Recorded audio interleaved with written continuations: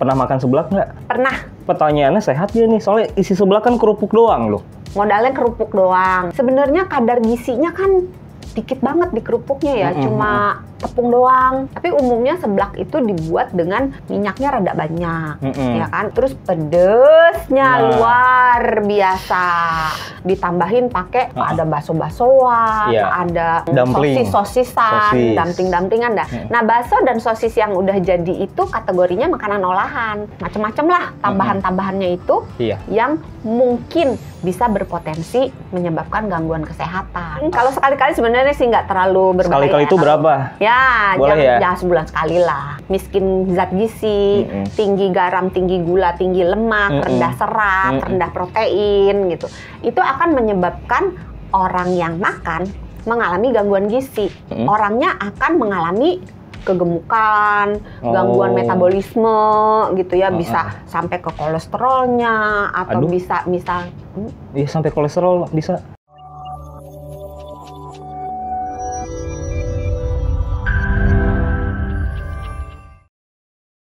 Kamu sehat bersama Dr. Santi. Cakep. Cakep. Kali ini bersama Sony Wicaksono sama narsumnya Dr. Santi, Health Management Specialist, Corporate HR Kompas Gramedia. Dok. Cakep. Gantian dong. Loh, yang ganti hostnya, narsumnya kan tetap. Cakep. Apa kabar Dr. Santi? Luar biasa. Cakep. Cakep mulu dok. Iya, biar sesuai gitu, cakep.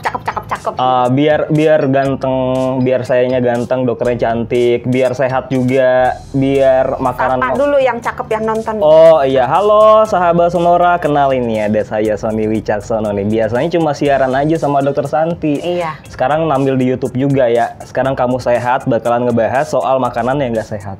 Loh, gimana tuh ceritanya? Ya kan? Jadi sehat apa enggak? Nah ini makanya mau nanya ke dokter, seblak dok. Pernah makan seblak nggak? Pernah. Pernah, bohong.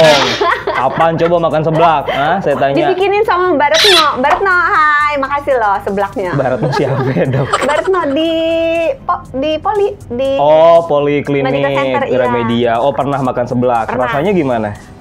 Ya karena bikin sendiri ya enak lah. Oh enak. Sorry bukan bikin sendiri, karena dibikinin Mbak Retno ya enak lah. Iya. Tapi kan sekarang ini banyak yang makan seblak dok, apalagi ada seblak prasmanan. Belum lagi pedesnya, levelnya bahkan sampai level 10 ada. Level Katanya 2. level neraka ya. Oh iya kan kayak yang pernah ke neraka aja.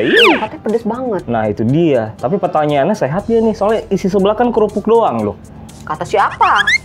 Ada dumpling juga sih, ada apa lagi tuh sayuran, tapi kan banyaknya kerupuk. Terus kenapa dok kalau gitu seblak tuh dikategorikan sebagai makanan nggak sehat? Penyebabnya apa? Ya, karena sebenarnya kalau seblak yang umum beredar, yang kayak Mas Sony bilang, modalnya kerupuk doang. Kerupuk sendiri aja kan sebenarnya bukan sesuatu yang bisa dikategorikan sebagai sehat. Iya. Karena untuk membuat kerupuk dibutuhkan kan bahan-bahan pengawetnya, ada pewarnanya, ya kan, ada penyedapnya. Sebenarnya penyedap kalau nggak berlebihan nggak apa-apa sih. Micin. Nah, micin juga kalau nggak berlebihan nggak apa-apa.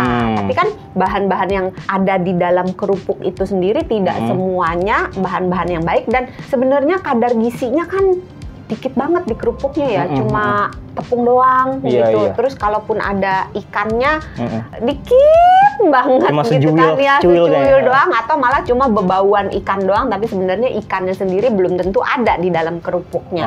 Nah terus umumnya ini nggak membuat semua seblak itu pasti tidak sehat ya, tapi umumnya seblak itu dibuat dengan minyaknya rada banyak, ya kan. Jadi modalnya udah kerupuk, minyaknya rada banyak, terus pedesnya luar biasa.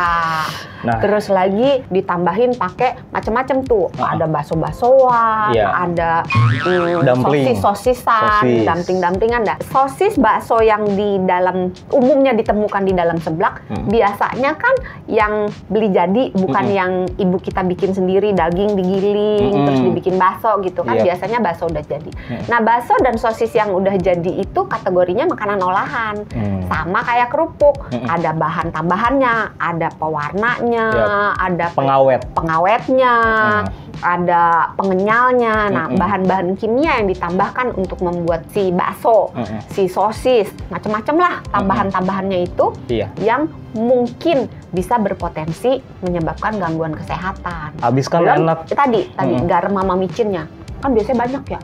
Habis kan enak dok kalau makan seblak terus-terusan. Nah kalau sering makan seblak nih, risiko kesehatannya apa? Kalau sekali-kali sebenarnya sih nggak terlalu berbahaya. Sekali-kali itu berapa?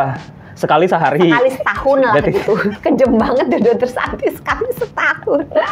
Seminggu sekali lah ya? Ya, boleh ya sebulan sekali lah. Iya, seminggu sekali lah. Jarang sih orang makan seblak seminggu sekali, biasanya mah 2-3 hari sekali. Bener nggak sahabat Sonora? Komen di siapa yang makan seblaknya setahun sekali. Nggak ada kan? Nggak ada sih. Apalagi jangan-jangan ada. Apalagi seblaknya dekat rumah dok. Tetangga ya. Kan tiap pulang kan. Tiap lewat bebauannya langsung menggoda ya. Nagih mulu. Tapi risiko kesehatannya apa aja dok? Nah dari zat gizi ya. Seblak umumnya tadi isinya apa? Kerupuk. Terus bebasoan. Terus cabe. Udah. Micin. Pakai sayur juga dikit apa banyak? Itu juga kan kita bisa milih sayurnya. Kadang kalau pakai sayur apa enggak? Kadang kalau saya kagak pakai dok sayurnya. Nggak doyan ya? Nggak doyan. Ini nih hostnya Kamu Sehat, aku tidak. Gitu ya. Loh kan saya cuma host, yang dokter kan Anda. Kamu sehat, aku tidak gitu. Insya Allah bukan tidak, mudah-mudahan sehat. Mesti belajar ya makan sayur. Kalau nggak boleh lo jadi host di Kamu Sehat. Enggak, risiko kesehatannya apa nih? Belum nih dari tadi nih. Ya tadi isinya kan cuman nggak ada proteinnya. Iya. Ya, nggak cukup banyak proteinnya. Terus minyaknya biasanya banyak. Oh iya. Iya kan? Terus biasanya pedes. Nah, terus biasanya micinnya banyak, garamnya banyak, biar enak, biar gurih gitu kan. Terus jangan lupa juga, belum lagi tambahannya untuk kerupuk-kerupukan kan. Ada pilus, ada kerupuk lidah, macam-macam kerupuk, tambahin situ. Ya makin banyak lah yang nggak sehatnya. Kalau jangka panjang, berlebihan terus-terusan, makan seblak aja. Bisa kaya. Penjualnya bisa kaya. Kitanya mah nggak kaya. Kalau jangka panjang nih makan seblak terus-terusan pedesnya level 10, terus sayurnya dikit, terus jangka panjang risiko kesehatannya apa? Tiap hari nih ya ceritanya ya. Iya, misalkan tiap hari. Secara terus-menerus dalam jangka panjang gitu ya. Betul. Kalau seblaknya itu dalam kondisi yang tadi diceritain di awal, yang miskin zat gizi, tinggi garam, tinggi gula, tinggi lemak, rendah serat, rendah protein gitu, itu akan menyebabkan orang yang makan mengalami gangguan gizi. Kekurangan zat gizi yang baik, kelebihan zat gizi yang kurang baik. Nah, karena di dalam seblak itu tinggi lemak jahatnya, tapi sering mencuri lemak jahat, sering mengejek, makanya masuk ke pedesnya yang level neraka. Oh, karena jahat. Lo di sekolahin tuh. Jauh banget. Enggak. Jadi dengan zat gizi yang miskin itu orangnya akan mengalami kegemukan, gangguan metabolisme gitu ya, bisa sampai ke kolesterolnya atau bisa sampai kolesterol bisa. Lah kalau dia di makanannya banyak yang tinggi lemak jenuhnya, goreng-goreng pilus-pilusnya segala banyak, kan jenuh. Bisa jadi ya healing lah kalau jenuh. Bener juga ya. Yuk healing dulu yuk. Kayaknya aku jenuh nih. Pantes saya ini ya agak gemukan ya dok, kayaknya sering makan seblak ya, itu jangka panjangnya ya. Terus proteinnya kurang, kalau proteinnya kurang kita makan itu cenderung cepet lapar, terus rambut, kuku kurang begitu bagus gitu ya. Malnutrisi. Bisa terus juga. Apalagi kalau nggak pakai sayur, kalau makannya sering nggak ada sayur, nggak ada serat, kemungkinan untuk gemuk jadi naik, kemungkinan untuk sembelit jadi naik, kemungkinan cepat lapar juga naik. Si garam ini, si natrium yang ada di dalam micin dan di dalam garam, kalau dikonsumsi terlalu banyak, berlebihan, maka badan kita akan berusaha mengeluarkan si garam ini dengan cara dia narik air, kemudian si airnya itu dikumpulkan, kemudian membuat jadi kita bengkak. Karena airnya itu ngumpul.